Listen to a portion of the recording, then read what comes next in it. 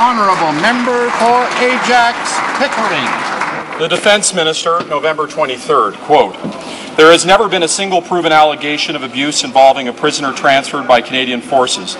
Not one," end quote.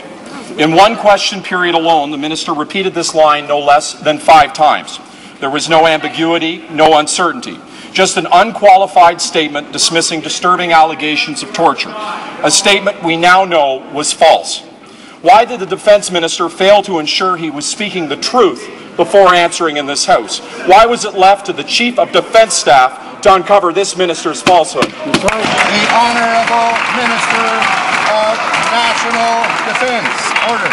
Well, Mr. Speaker, at 9:30, when the Chief of Defence Staff called to share this new information with me, Mr. Speaker, that is, of course, what happened. And we accept his version of the truth, Mr. Speaker. I and members of the government act on information received from our military, from our professional public service. Mr. Speaker, we continue to act on their advice. We continue to work with them to carry out our important work in Afghanistan.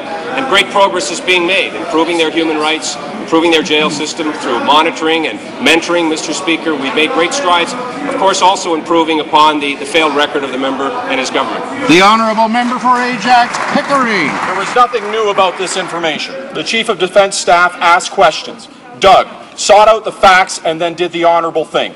He told the Canadian public the truth. His integrity, our soldiers' integrity, is not in question. This minister's is. This minister stated a falsehood, stated it with certainty, asked no questions, and made no apologies for misleading this House or Canadians. Was the minister incompetent or dishonest? Why didn't he ask questions to fight and get the truth? When will he stop using our troops as a shield, take responsibility, and resign? That's right. The Honourable Minister of National Defence. Order.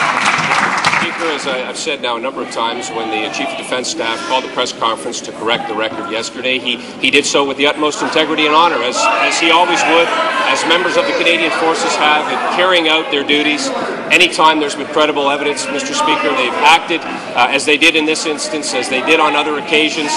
We have great faith and confidence in them, Mr. Speaker, and the honourable member may want to play politics with this issue, may want to, by implication, smear the Canadian Forces. We're not going to do that, Mr. Speaker. We're going to continue to support them, give them the resources they need, and back them 100%.